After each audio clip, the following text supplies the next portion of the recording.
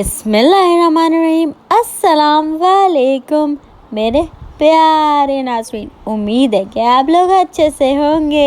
आज मैं आपको बेसन की रोटी विद लहसुन की चटनी बनाना सिखाऊंगी। वीडियो आगे देखने से पहले लाइक तो कीजिए।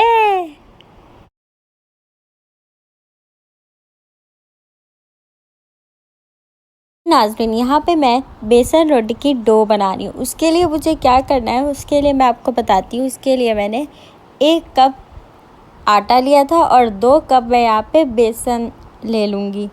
जैसे कि आप लोग देख सकते हैं, मैंने आटे और बेसन को बहुत ही बेहतरीन तरीके से छान लिया है।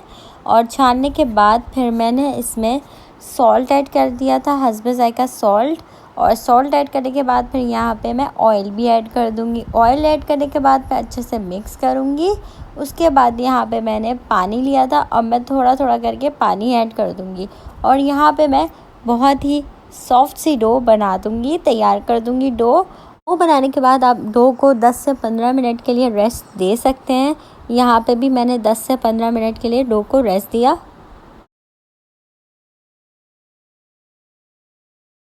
यहाँ पे हम लोग बनाते हैं लहसुन की चटनी। लहसुन की चटनी के लिए मैंने लहसुन को छील के रख दिया था। फिर मैंने हस्बे ज़रूरत पानी ऐड कर दिया था। पानी ऐड करने के बाद इनका मिक्सचर बना के फिर मैं आपको बताऊंगी।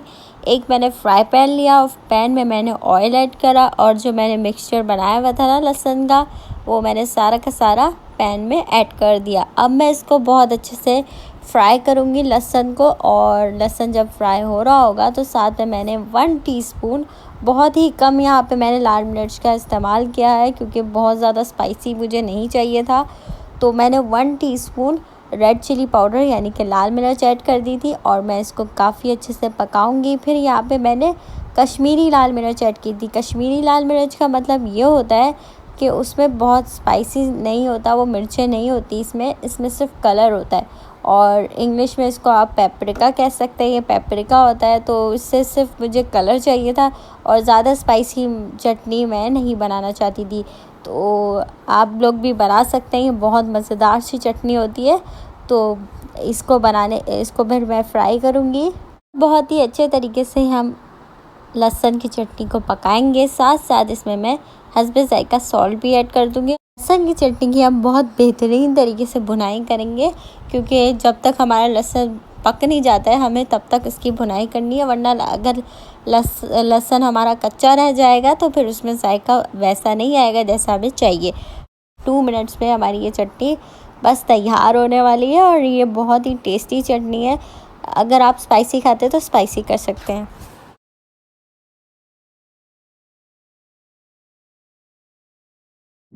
नाज़रीन, यहाँ पे जो हमने डो बनाई थी ना, उसके हमने 5 पेड़े कर लिए थे तैयार। उसके बाद हम इसको बेल लेंगे। और मैं आपको बताती चलूँ कि ये जो डो है ना, ये बहुत ही सॉफ्ट थी, तो इसकी जो रोटी है ना वो भी बहुत सॉफ्ट बनी थी।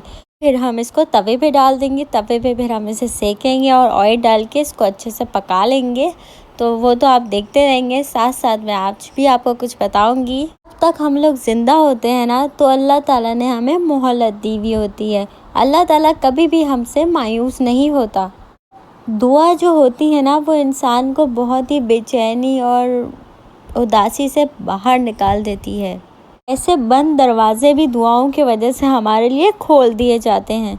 यकीन माने कि अगर आपको ये पता चल जाए कि दुआ आपके लिए क्या कुछ कर सकती है, तो आप भाग भाग के दुआ करेंगे। आप मुसीबत और खुशी हर लम्हे में दुआ करेंगे। आपको बस तभी समझ आएगा जब आप दुआ करेंगे। नाउम्मीद होने से पहले एक बार यकीन करके तो देखें। और जो दुआएं हम लोग बहुत शिद्दत से मांगते हैं ना, वो अल्लाह के पास बहुत ही संभाल के रखी गई होती हैं। तब हमें नवाजेगा जब सही वक्त होगा। हमारी एक एक पुकार का जवाब हमारा रब ज़रूर देता है। हमारे लिए जो भी मुश्किलात होती है ना, वो बस कुछ वक्त के लिए ही होती हैं। उसके बाद अल्लाह हमें वो अता फरमाएगा जिसकी हमें ज़रूरत है और जो हमारे हक़ में बेहतर है। और बेशक अल्लाह हमारी ज़रूरतों से वाकिफ़ है। बस हमें अल्लाह ताला से दुआ गो हमेशा रहना चाहिए कि मायूसी और उदासी हमारे लिए किसी बात का हल नहीं होता है। खुद भी खुश रहना चाहिए और दूसरों को भी खुश रखना चाहिए।